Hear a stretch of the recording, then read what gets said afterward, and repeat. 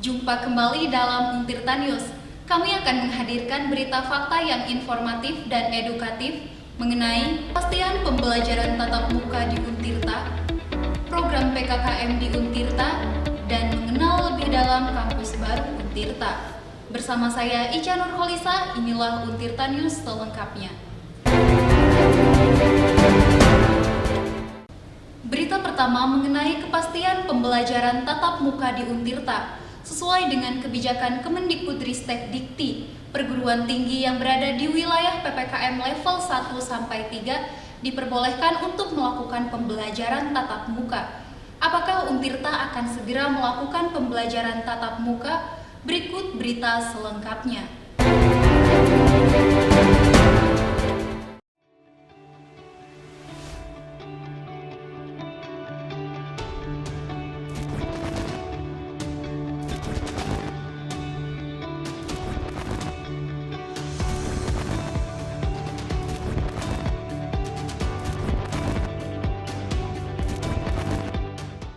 Menteri Pendidikan, Kebudayaan, Riset, dan Teknologi Nadiem Makarim secara khusus telah memberikan arahan bagi mahasiswa terkait kebijakan untuk mendorong perkuliahan secara tatap muka terbatas di wilayah PPKM dengan level 1-3. Sejumlah universitas juga banyak yang telah bersiap untuk melakukan pembelajaran tatap muka. Bahkan ada yang sudah melakukan pembelajaran tatap muka secara hybrid. Di wilayah Banten sendiri saat ini sudah termasuk ke dalam wilayah dengan level PPKM di bawah 4. Lantas bagaimana dengan kesiapan PTN terbesar di Banten, yaitu Universitas Sultan Ageng Tirtayasa dalam menyambut perkuliahan tatap muka? Simak informasinya berikut ini. Kemendikbudristek Dikti menyampaikan bahwa pembelajaran pada semester gasal tahun akademik 2021-2022 akan diselenggarakan dengan skema pembelajaran tatap muka terbatas dan tetap menerapkan protokol kesehatan. Ketentuan akan dibagi dalam 3 tahap, yaitu persiapan, pelaksanaan, dan pemantauan.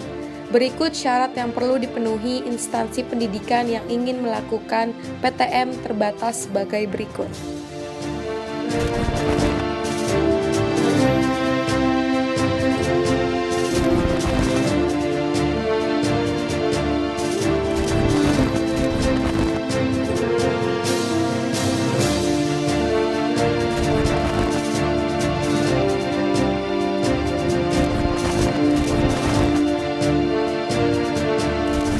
Pada tanggal 13 September 2021, Untirta telah merilis surat edaran terkait perkuliahan hybrid yang rencananya akan dilaksanakan setelah kegiatan ujian semester ganjil tahun 2021-2022. Terkait hal tersebut, pihak rektorat pun menyampaikan bagaimana kesiapan Untirta menjelang pelaksanaan perkuliahan hybrid tersebut. Protokol kesehatan yang ketat. Nah, artinya itu harus diimplementasikan di semua perguruan tinggi. Nah, bagaimana mengimplementasikannya? Kita kan perlu ada kebijakan. Apakah kesiapan ruangan ya, dan juga semester berapa aja. Karena ada beberapa perguruan tinggi juga atau D3 itu melaksanakan seperti semester 5 hadirnya hari ini gitu kan. Semester 3 hadirnya hari itu kan dari contoh-contoh perguruan tinggi. Nah, di kita masih dalam pembahasan. Mudah-mudahan ini kan proses sudah mau ke UTS, mau ke UAS ini kan ini belum barangkali nanti di semester depan kan begitu ya. Ini barangkali ya, mudah-mudahan sambil mempersiapkan tempat ya, terus seperti apa strateginya gitu. Karena ini semester ini sudah berjalan daring ya gitu ya, seperti itu. Memang Bapak, banyak sekali sih yang diinginkan mahasiswa, termasuk dosen juga ingin offline. Nah, ini kalau untuk pemberlakuan sebenarnya kan harus semua. Nah, tentunya dengan semua ini itu juga harus dibuat strateginya. Kalau memang sudah siap semua ruangan ini kayaknya semua berlaku adil begitu ya, supaya semua masuk offline seperti itu. Ya, seperti itu. Jadi tidak hanya semester ini itu nanti lihat ada strategi, ada kebijakan dari rektor seperti itu. Enggak semua fasilitas sudah siap. ruangan pembelajaran sudah siap, bahkan dosen juga sudah tinggal diinformasikan gitu kan. Tinggal jadwalnya ini kan gitu, jadwal. Nah, itu kan jadwal kuliah itu kan harus dibuat gitu kan, perlu ada rapat-rapat di bidang satu. Iya, Pak. Kapan pemberlakuan ini kan gitu. Kalau dosen sih tinggal diinformasikan berdasarkan mata kuliahnya, tim teachingnya baru bisa dia lakukan gitu. Bapak Ibu dosen lakukan untuk mengajar secara offline. Ruangan kita banyak sudah kan, tinggal dan sarana di dalam juga sudah siap, di fokus juga sudah siap kan, seperti itu. Semua Sindang Sari, nggak masalah baru, nggak masalah, mas, semua Sindang Sari. Tapi kalau untuk Fakultas Kedokteran itu kan ada sebagian prodinya di sana di Pakupatan. Jadi nggak ada masalah, tinggal dijadwal saja kan, seperti itu. Ruangan sudah oke, di semua fakultas juga sudah ada ruang-ruang kuliah, di kuliah terpadu juga kan gitu, tinggal waktunya kan gitu berdasarkan semesternya kan. Kalau semester ganjil ya, kalau diterapkan sekarang ganjil itu mata kuliah ini, mata kuliah itu dari masing-masing fakultas. Karena di semua fakultas juga ada ruang kuliah kan begitu.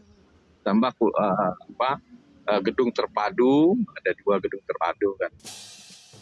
Pada dasarnya, Untirta sudah cukup siap untuk melakukan perkuliahan tatap muka, namun memang masih ada beberapa hal yang masih menjadi pembahasan, seperti waktu dan juga strategi untuk melakukan kuliah tatap muka, agar dapat berjalan dengan baik.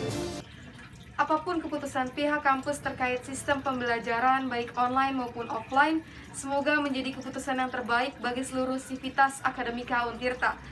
Tim melaporkan untuk Untirta TV. Berita selanjutnya mengenai program PKKM di Untirta, program kompetisi Kampus Merdeka atau PKKM yang digagas oleh Kemendikbudristek Dikti bertujuan untuk meningkatkan kualitas pendidikan. Bagaimanakah program PKKM di Untirta ini berjalan? Berikut kami sajikan informasinya untuk Anda. Untirta menjadi salah satu perguruan tinggi negeri yang mendapat bantuan pemerintah program kompetisi Kampus Merdeka tahun anggaran 2021. Lantas, bagaimana program PKKM di Untirta berlangsung? Berikut informasinya untuk Anda. Program Kompetisi Kampus Merdeka atau PKKM merupakan program kompetisi terbuka dengan sistem seleksi berkelompok. Program ini sudah berjalan sejak bulan April 2021 di Untirta. PKKM ini diharapkan dapat mencapai beberapa tujuan, diantaranya yaitu meningkatkan angka partisipasi pendidikan tinggi, menguatkan mutu dosen dan relevansi pendidikan tinggi serta tenaga kependidikan, dan menguatkan sistem tata kelola Ditjen Pendidikan Tinggi. Jadi PKKM ini singkatan dari program kompetisi Kampus Merdeka, merupakan suatu program yang diselenggarakan digagas oleh Kementerian Pendidikan dan Kebudayaan Ristek Dikti, Kementerian Kebudayaan, Riset dan Teknologi. Ini dimaksudkan sebetulnya untuk menyiapkan lulusan-lulusan yang punya kompetensi yang baik, yang sesuai dengan kebutuhan dunia industri, dapat bekerja, dapat berwirausaha, dan sesuai dengan kebutuhan di lapangan gitu ya. Jadi PKKM ini merupakan salah satu program untuk memberikan kesempatan kepada mahasiswa meningkatkan wawasan serta kompetensinya. Kalau untuk kegiatannya sendiri, kalau kegiatan di prodi ya kita yang menyelenggarakan semuanya gitu. Jadi masing-masing prodi menyelenggarakan, tetapi ada tim universitas yang mengkoordinir seluruh kegiatan PKKM ini, misalkan yang membuat laporan ke Dikti, ke Kemendikbud, kemudian yang merancang evaluasi dan sebagainya. Tetapi kalau kegiatan kita sendiri-sendiri masing-masing prodi melakukan kegiatan sesuai sesuai dengan di proposal, sesuai dengan yang disetujui oleh pihak reviewer pada saat itu gitu. Nah, sejauh ini yang lolos PKKM ini yang jadi PKKM ini kan sebetulnya hampir sama programnya dengan Kampus Merdeka. Untuk mahasiswa programnya hampir sama dengan yang diadakan oleh Kemendikbud, hanya memang kita sebagai penyelenggaranya. Nah, kita menyelenggarakan magang itu 10 orang, itu disalurkan ke beberapa perusahaan seperti KPSE, kemudian Metro TV, kemudian Krakatau Niaga, Kabar Banten, kemudian IPRA ya, jadi untuk magang itu. Kemudian ada proyek kemanusiaan, itu ada 10 orang.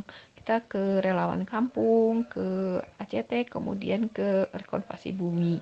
Nah, untuk penelitian 2 orang itu ke Interdev dua-duanya itu. Dan kewirausahaan kita ada 4 kelompok, di mana setiap kelompok itu nanti akan dibina oleh 1-2 dosen untuk bisa menghasilkan di outputnya adalah selain produk mereka berkembang, menghasilkan karya ilmiah mengenai kewirausahaan.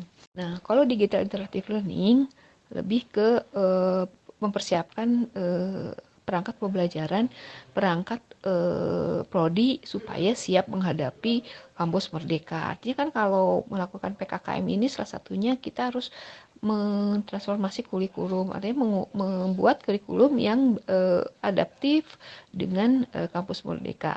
Yang kedua adalah kemudian memberikan pembekalan kepada dosen-dosen mengajar supaya bisa mengajar dengan menghasilkan lulusan dengan baik, dengan sistem yang dengan sistem kampus merdeka, dengan digital learning, dengan sistem digital gitu, sehingga mahasiswa jadi pembelajaran tidak monoton gitu. Kemudian ada sertifikasi profesi dan pelatihan asesor, jadi dosen-dosen juga dibekali atau diberikan pelatihan agar mempunyai kompetensi sesuai dengan bidang ilmu komunikasi. Indikator kinerja utama program ini adalah untuk mendorong transformasi di bidang pendidikan dengan meningkatkan kualitas dosen dan pengajar. Kualitas kurikulum juga ditingkatkan melalui program ini, di mana program studi akan bekerja sama dengan mitra kelas dunia yang menjadikan program studi berstandar internasional. Selain itu, PKKM ini juga diharapkan dapat meningkatkan kualitas mahasiswa dengan pengalaman yang diterima di luar kampus. Afifah itu ikutnya program PKKM yang penelitian. Afifah sekarang lagi penelitian di perusahaan Interdev, dan Afifah juga berkesempatan untuk meneliti PLTD di Gorontalo gitu. Kita nih dapat gitu sebenarnya banyak ya, dari mulai ilmunya, pengetahuan, terus kita juga dapat uang saku, dan yang terakhir itu kita dapat konversi SKS. Jadi kita tuh fokus ke program kita masing-masing di PKKM. Jadi SKS kita itu dipangkas. Jadi kita kan awalnya ada 24 SKS. Jadi sekarang kita kuliah cuma 3 SKS aja, yaitu penelitian kualitatif gitu. Itu MK wajib yang harus diikutin. Jadi benefit yang didapat selain ilmu, juga pengalaman, uang saku, juga ada keringanan buat dikurangi SKS-nya gitu. Dan gantinya itu hasil laporan dari masing-masing program di PKKM gitu. Saya Sylvie Lianti akan menjawab pertanyaan tentang PKKM. Yang pertama, saya tahu program PKKM. Yang kedua, saya salah satu mahasiswa yang mendaftar PKKM, yaitu tepatnya program magang. alasan saya mengikuti program magang dari PKKM ini yaitu untuk mencari pengalaman. Saya rasa saya sebagai mahasiswa kurang ada pengalaman di bidang jurnalistik itu sendiri, jadi saya tidak mau menyia-nyiakan kesempatan ini. Akhirnya saya mendaftar program magang dan alhamdulillah diterima. Saya harap saya bisa mendapatkan banyak ilmu dari program kesempatan magang yang diadakan oleh PKKM ini. Yang terakhir, program PKKM itu ya terrealisasi dengan baik karena dari dosen-dosennya itu sendiri sangat membimbing kami, menjelaskan berkali-kali tentang PKKM ini. Lalu saya sebagai mahasiswa yang ikut program magang sangat terbantu karena dicarikan tempat magang, lalu ada biaya transport juga. Saya merasa terbantu dengan adanya support ini. Program PKKM di Untirta sejauh ini berlangsung dengan baik. Semoga lewat PKKM ini dapat terus meningkatkan kualitas pendidikan di Indonesia. Tim melaporkan untuk Untirta TV. Untirta sudah mulai aktif melakukan kegiatan offline secara bertahap. Beberapa kegiatan mahasiswa pun sudah mulai dilakukan di kampus baru Untirta. Nah, Sobat Kampus, untuk mengenal lebih dalam kampus baru Untirta, kami akan mengajak Sobat Kampus berkeliling di kampus Untirta yang terletak di Sindang Sari. Simak liputan berikut ini. Halo Sobat Kampus, saat ini saya sedang berada di kampus baru Untirta yang terletak di Desa Sindang Sari. Nah, mungkin beberapa dari kalian belum mengenal secara menyeluruh tentang kampus baru Untirta ini, seperti gedung apa saja yang ada di dalamnya. Nah, maka dari itu, kami akan mengajak Sobat Kampus semua untuk berkeliling di kampus baru Untirta ini. Yuk simak terus liputannya. Bangunan megah yang berada di Desa Sindang Sari, Kecamatan Pabuaran, Kabupaten Serang ini merupakan kampus baru Universitas Sultan Ageng Tirtayasa. Kampus baru Untirta ini diresmikan pada tanggal 4 Maret tahun 2021 oleh Presiden Republik Indonesia Joko Widodo. Kampus memiliki 12 gedung yang terdiri dari gedung rektorat, gedung pusda info dan perpustakaan, lab terpadu, 4 gedung fakultas, auditorium, student center, kelas terpadu, dan 2 rusunawa. Gedung pertama yang terlihat ketika masuk ke dalam kampus ini adalah gedung rektorat yang terdiri dari 4 lantai, di mana di dalamnya terdapat humas protokol, ruang multimedia, kantor ASB Untirta, ruang Smart and Green Campus, ruang arsip, pelayanan BUKK, pusat lembaga seperti LPPM, LP3M, dan sebagainya, dan ruang rektor beserta jajarannya. Lalu di sebelah kanan gedung rektorat terdapat gedung pusda info dan perpustakaan yang terdiri dari 2 lantai. Tepat di depan gedung pusda info dan perpustakaan terdapat gedung laboratorium terpadu. Di sebelah lab terpadu terdapat gedung fakultas pertanian, lalu gedung FISIP, kemudian di sebelah gedung FISIP terdapat gedung fakultas ekonomi, dan gedung fakultas hukum yang terletak berseberangan dengan fakultas ekonomi. Gedung fakultas tersebut memiliki 4 lantai, di mana di dalamnya terdapat ruang pimpinan seperti dekanat dan pimpinan prodi. Lalu terdapat ruang dosen, ruang kelas, ruang administrasi, ruang pertemuan atau meeting, perpustakaan fakultas, musola, toilet, ruang laboratorium, dan kantin atau pantry. 4 gedung fakultas ini memiliki ukuran yang berbeda-beda karena menyesuaikan dengan jumlah mahasiswa yang ada di fakultas tersebut. Lalu terdapat gedung auditorium yang dapat menampung kapasitas sebanyak 3.500 orang. Di belakang gedung auditorium ini terdapat 2 rusunawa yang nantinya akan ditempati oleh mahasiswa yang memenuhi persyaratan. Selanjutnya adalah gedung kelas terpadu. Gedung ini terletak di depan auditorium dan juga berhadapan dengan gedung fakultas hukum. Gedung kelas terpadu ini digunakan untuk kegiatan perkuliahan mahasiswa dari berbagai fakultas. Kembali ke bagian depan kampus. Jika masuk dari gerbang kampus, tepat di sebelah kanan terdapat bangunan berbentuk persegi panjang. Bangunan tersebut adalah gedung Student Center. Student Center terdiri dari masjid yang memiliki 2 lantai, di mana lantai pertama masjid untuk laki-laki dan lantai kedua untuk perempuan. Kemudian di bawah masjid terdapat ruangan-ruangan untuk kegiatan mahasiswa seperti perkantoran mahasiswa dan ruang pertemuan. Di bawahnya lagi terdapat tempat pelayanan BAKP, di mana semua pelayanan akademik berada di situ, termasuk unit layanan terpadu dan pelayanan informasi publik. Dan ada pula kantor cabang BNI serta ATM Center. Selain 12 gedung tersebut, terdapat 2 gedung yang masih dalam proses pembangunan.